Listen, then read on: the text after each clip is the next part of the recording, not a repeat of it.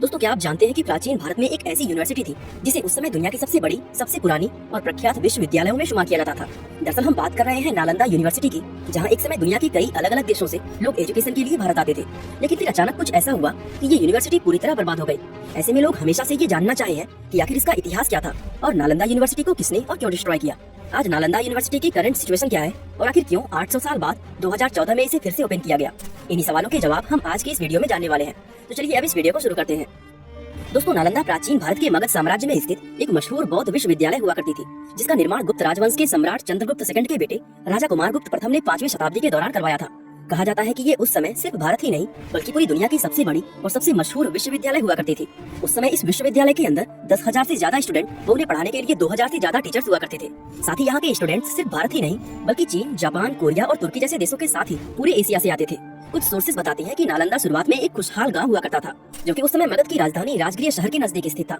और ऐसा कहा जाता है कि जैन तीर्थकर महावीर ने नालंदा में कुल 14 रातें बिताई थी और साथ ही गौतम बुद्ध ने भी इस गांव के पास स्थित पावरिका नाम के एक आम के बाग में उपदेश दिए थे। महावीर और गौतम बुद्ध के साथ नालंदा का ये कनेक्शन इसके अस्तित्व को कम से कम 500 से 600 बीसी तक पीछे ले जाता है, जबकि हाल ही में इस जगह पर हुई कुछ खोजों के अनुसार ये बताया जा रहा है कि नालंदा का अस्तित्व 1200 बीसी तक पुराना हो सकता है। हालांकि सबूतों की कमी के चलते इसकी स्थापना का श्रेय फिलहाल गुप्त राजवंश के राजा कुमार गुप्त को ही दिया जाता है। दोस्तों, नालंदा को दुनिया की सबसे पुरानी विश्वविद्यालयों में से एक माना जाता है। ये विश्वविद्यालय 5वीं सदी से लेकर 12वीं सदी तक लगातार 700 साल तक चलती रही थी, जिसके चलते इसको इतिहास की सबसे लंबे समय तक चलने वाली यूनिवर्सिटी भी कहा जाता है। साथ ही ऐसा माना जाता है कि इस यूनिवर्सिटी का कैंपस लगभग 120 हेक्टेयर में फैला हुआ था और अभी तक इसमें से सिर्फ 10% हिस्से को ही खोदकर बाहर निकाला गया है, जबकि इसका बाकी 90% हिस्सा अभी भी जमीन के नीचे मौजूद है। नालंदा की एक और खास बात ये थी कि ये अपने समय में दुनिया की एकमात्र इंटरनेशनल यूनिवर्सिटी हुआ करती थी। कहते हैं कि इस यूनिवर्सिटी में एडमिशन लेने के लिए स्टूडेंट्स को बेहद मुश्किल टेस्ट पास करना होता था। यहाँ पढ़ाए जाने वाले विषयों में philosophy, religion, astronomy, science, medicine और मैथमेटिक्स के साथ साथ कई और सब्जेक्ट भी शामिल थे। दोस्तों, यहाँ हर एक क्लास में 100 छात्र हुआ करते थे, जिन्हें क्लास खत्म होने तक बाहर जाने की अनुमति नहीं दी जाती थी। इससे ये भी पता चलता है कि यूनिवर्सिटी के रूल काफी सख्त थे। यहाँ क्लास के अंदर सभी स्टूडेंट जमीन पर बैठकर पढ़ाई करते थे। साथ ही उनकी सुविधाओं के लिए ज्यादातर क्लासेस के बाहर कुएं भी खुदवाए गए थे, ताकि प्यास लगने पर स्टूडेंट कुएं से पानी निकाल कर पी सके। दोस्तों, नालंदा दुनिया की पहली ऐसी यूनिवर्सिटी थी जहाँ छात्रों के लिए पढ़ने के साथ साथ उनके रहने की भी पूरी व्यवस्था थी। इसका हॉस्टल 3 अलग अलग मंजिलों में बटा हुआ था, जिसमें हर एक मंजिल पर 300 से ज्यादा कमरे बने हुए थे। यूनिवर्सिटी के नए स्टूडेंट्स को रहने के लिए हॉस्टल के बेसमेंट वाला हिस्सा दिया जाता था, जबकि पुराने स्टूडेंट्स और स्कॉलर्स ऊपर की मंजिलों में रहते थे। दोस्तों, उस समय भारत के अधिकांश हिस्सों में पाली भाषा बोली जाती थी, जिसे प्राचीन हिंदी भाषा भी कहा जाता है। वैसे आपकी जानकारी के लिए बता दें कि पाली उत्तर भारत के लोगों की भाषा थी, जो पूर्व में बिहार, पश्चिम में हरियाणा से राजस्थान, उत्तर में नेपाल से उत्तर प्रदेश और दक्षिण में मध्य प्रदेश तक बोली जाती थी। एक और चीज जो इस यूनिवर्सिटी को इतना ज्यादा खास बनाती थी वो थी इसकी लाइब्रेरी। दरअसल नालंदा यूनिवर्सिटी की लाइब्रेरी उस समय पूरी दुनिया की सबसे पुरानी और सबसे बड़ी लाइब्रेरी कही जाती थी। इस लाइब्रेरी का नाम धर्मगंज था, जिसका मतलब सच्चाई का पर्वत होता है।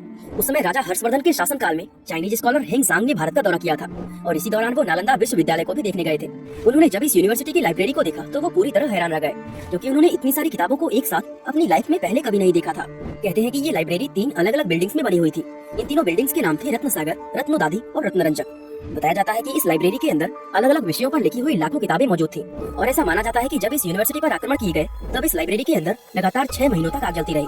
आप इसी से ये अंदाजा लगा सकते हैं कि ये कितनी बड़ी रही होगी और इसके अंदर कितनी सारी किताबें मौजूद होंगी। दुर्भाग्य से उन आक्रमणों के चलते ये लाइब्रेरी पूरी तरह बर्बाद हो गई, जिसके चलते उस समय उन लोगों द्वारा की गई सारी रिसर्च और मेहनत इसी आग में जलकर हमेशा के लिए खाक हो गई। दोस्तों, अब सवाल ये आता है कि इस यूनिवर्सिटी को आखिर किसने, कब और क्यों नष्ट किया था।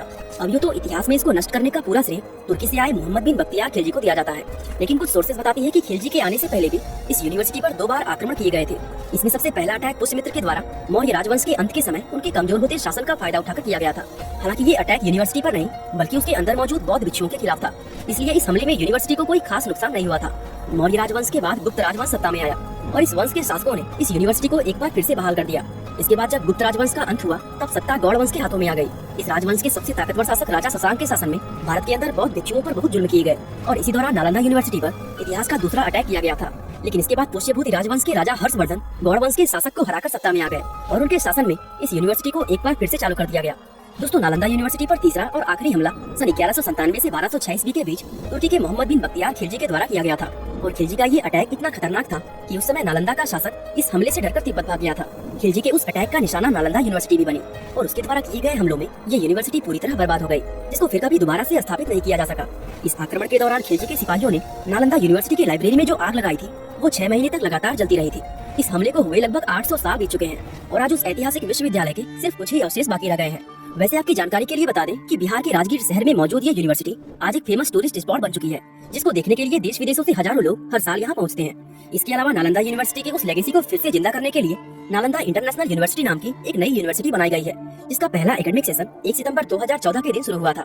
शुरुआत में इस यूनिवर्सिटी को थोड़ी बहुत फैसिलिटीज के साथ शुरू किया गया, लेकिन रिपोर्ट्स के अनुसार इसका मॉडर्न कैंपस 160 हेक्टेयर जितना बड़ा होने वाला है, जिसके बनकर तैयार होने की उम्मीद साल 2022 के अंत तक लगाई जा रही है। और साथ ही बताया जा रहा है कि काम पूरा होने के बाद ये यूनिवर्सिटी सिर्फ भारत ही नहीं बल्कि पूरे एशिया की सबसे बड़ी यूनिवर्सिटीज में शुमार की जाएगी। बाकी दोस्तों, आज के लिए बस इतना ही। आप अपने मनपसंद टॉपिक का सजेशन हमें कमेंट बॉक्स में दे सकते हैं, हम जरूर उन पर वीडियो बनाने की कोशिश करेंगे। बाकी वीडियो को लाइक, शेयर और चैनल को सब्सक्राइब करना बिल्कुल ना भूलें। आपका बहुमूल्य समय देने के लिए बहुत बहुत धन्यवाद।